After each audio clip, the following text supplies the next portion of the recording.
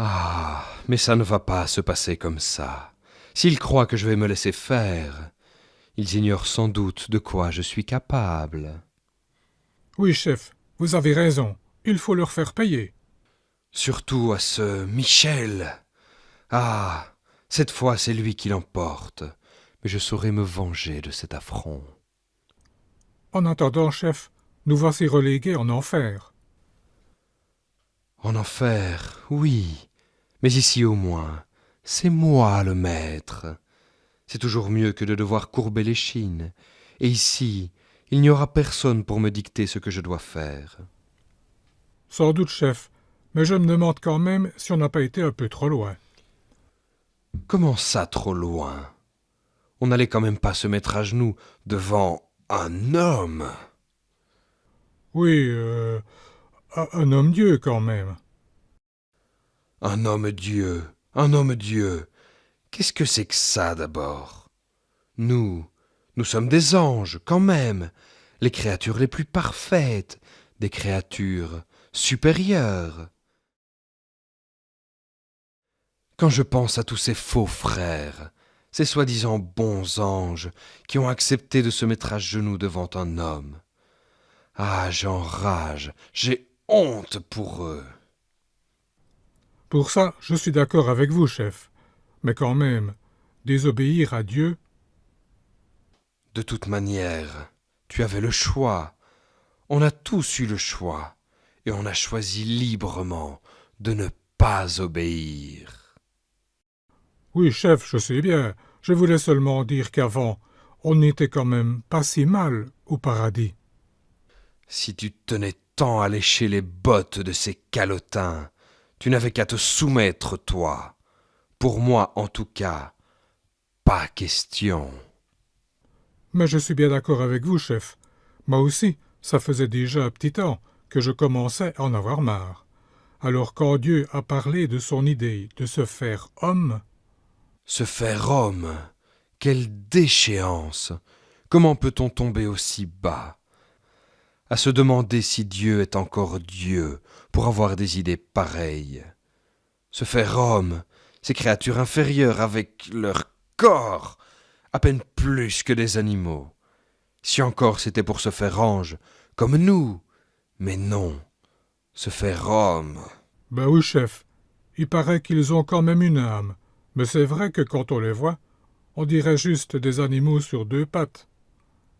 En tout cas, j'ai juré de me venger, et je t'assure bien que je me vengerai.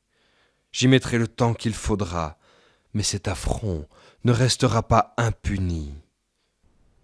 Oui, chef, mais se venger de Dieu, cela risque de ne pas être une mince affaire. Et qu'est-ce que tu crois? J'ai déjà bien réfléchi à la question. Puisque Dieu aime tant ces créatures inférieures, ces hommes, eh bien, je vais m'arranger pour que eux aussi se révoltent contre lui. Oh oui, ça c'est une bonne idée, chef. Comme ils ne sont pas très malins, il ne me sera pas bien difficile de les rouler. Je vais me glisser jusqu'à eux, et là, il me sera facile de trouver un moyen de les amener à se rebeller contre Dieu à leur tour. Comment les appelle-t-on encore? J'ai déjà oublié. Adam et Ève, chef. Ah oui, c'est ça. Adam et Ève.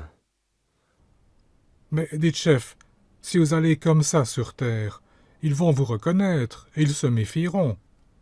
Tu as raison, je vais me glisser dans la peau d'un animal. De cette manière, ils me prendront pour un des leurs. Ha ha ha ha. En serpent, voilà ce que je vais faire. Je vais me déguiser en serpent. Ah oui, chef, bonne idée. Moi j'ai toujours bien aimé les serpents. Ah, j'ai bien envie d'y aller avec vous, chef. Non, pas cette fois. Il ne faut pas attirer l'attention. Je dois y aller seul. Toi, tu restes ici avec les autres. Mais vous ne perdez rien pour attendre. Votre heure viendra.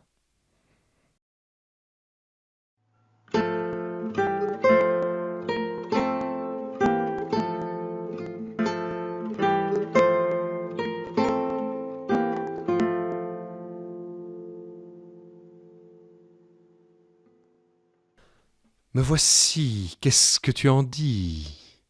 Super, chef. Comme ça, personne ne saura vous reconnaître.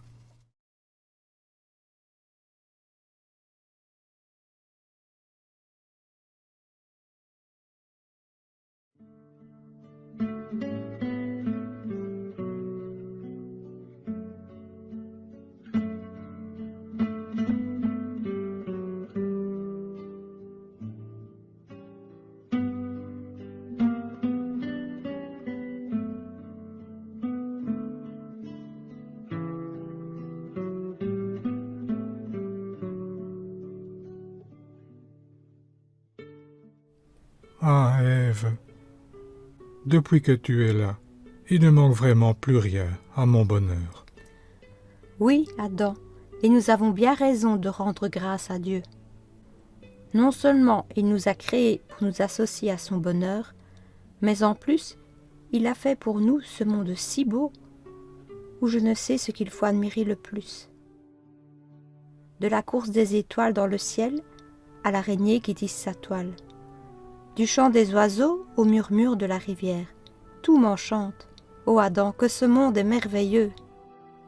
Oui, et malgré tout, cela est encore bien peu de choses, à côté de la promesse que Dieu nous a faite, que nous pourrions un jour le contempler face à face, le voir enfin, lui, dans toute sa gloire. Et quand ce jour arrivera-t-il? Je l'ignore, Ève, c'est lui qui en décidera.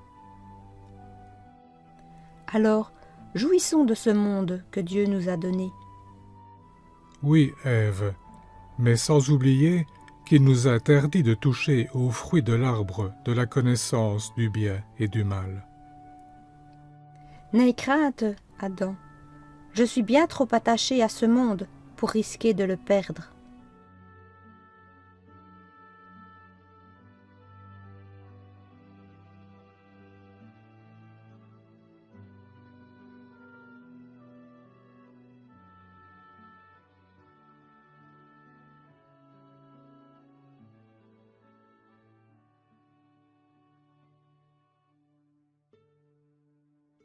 Point n'est besoin d'en savoir plus. Je tiens déjà là un bon moyen d'assouvir ma vengeance. Il ne sera pas difficile au prince du mensonge d'amener la jeunette à braver l'interdit, en lui faisant miroiter les vertus cachées de ce fruit défendu qu'un Dieu jaloux voudrait garder pour lui. Ève, Ève! Mais qui est là? Qui m'a appelé?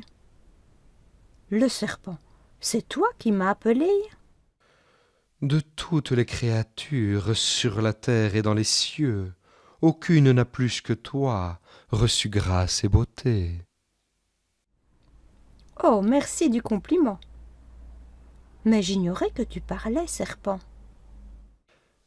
Si tu pouvais y joindre un esprit éclairé, personne en ce monde ne pourrait t'égaler.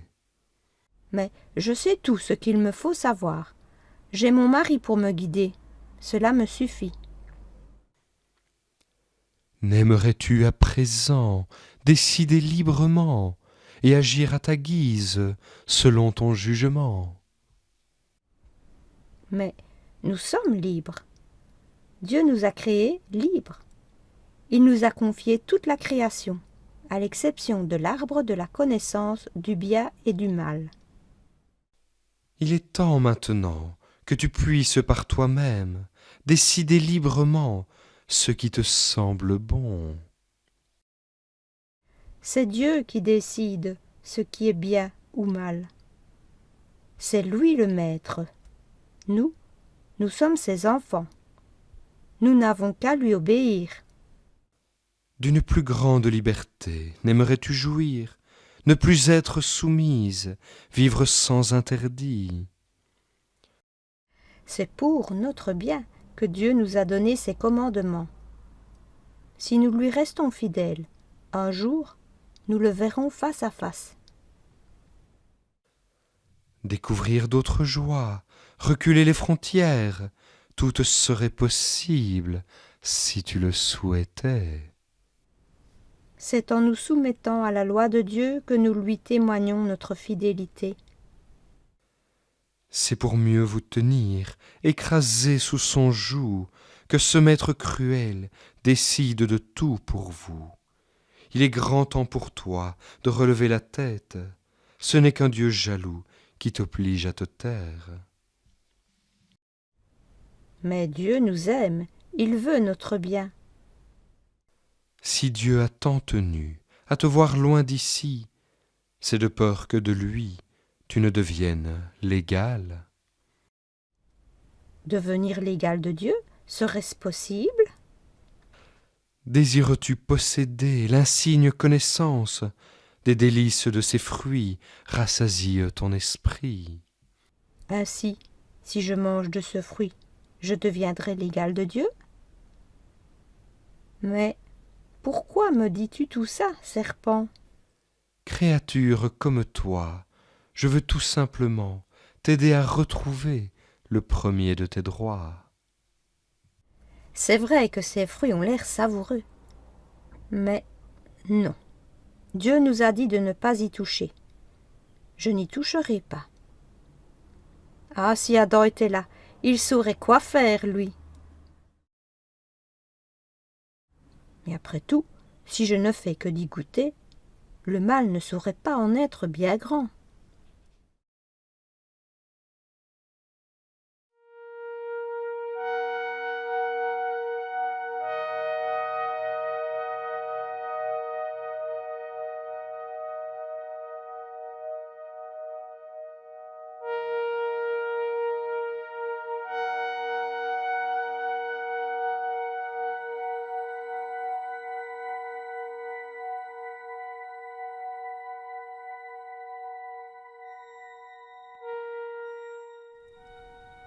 Ève, malheureuse, qu'as-tu fait? N'aie crainte, Adam, ces fruits sont inoffensifs et vraiment délicieux. Mais Ève, as-tu oublié l'ordre de Dieu?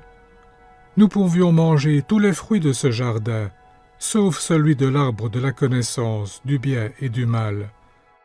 C'est le serpent qui m'a convaincu d'y goûter, en disant que si nous en mangions, nous deviendrions comme Dieu.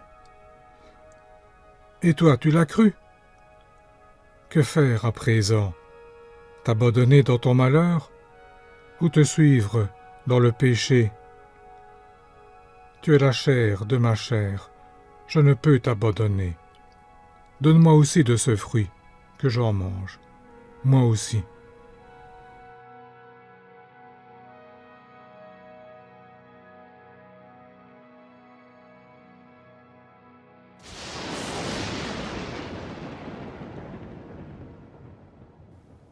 Adam, où es-tu? J'ai entendu le bruit de vos pas dans le jardin. J'ai eu peur, parce que je suis nu, et je me suis caché.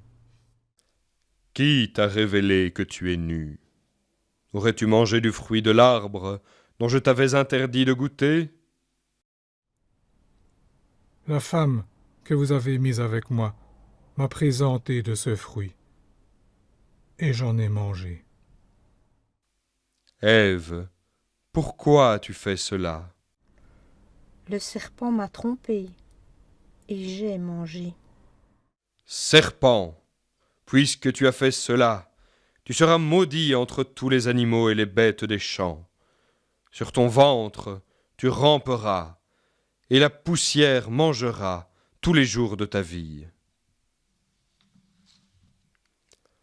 Entre toi et la femme, je mettrai la haine, entre ta descendance et la sienne. Celle-ci te blessera à la tête, et toi tu la blesseras au talon. Et toi, Ève, j'aggraverai les souffrances de ta grossesse. Tu enfanteras dans la douleur. Cependant tes désirs te porteront vers ton mari, et il dominera sur toi. Quant à toi, Adam, parce que tu as écouté la voix de ta femme, et que tu as mangé le fruit de l'arbre dont je t'avais interdit de goûter, Maudit soit le sol à cause de toi. Ce n'est qu'au prix d'un labeur pénible que tu en tireras ta nourriture tous les jours de ta vie. Il te produira des épines et des chardons, et tu mangeras de l'herbe des champs. C'est à la sueur de ton visage que tu mangeras le pain, jusqu'à ce que tu retournes à la terre dont tu as été tiré, car tu es poussière, et tu retourneras en poussière.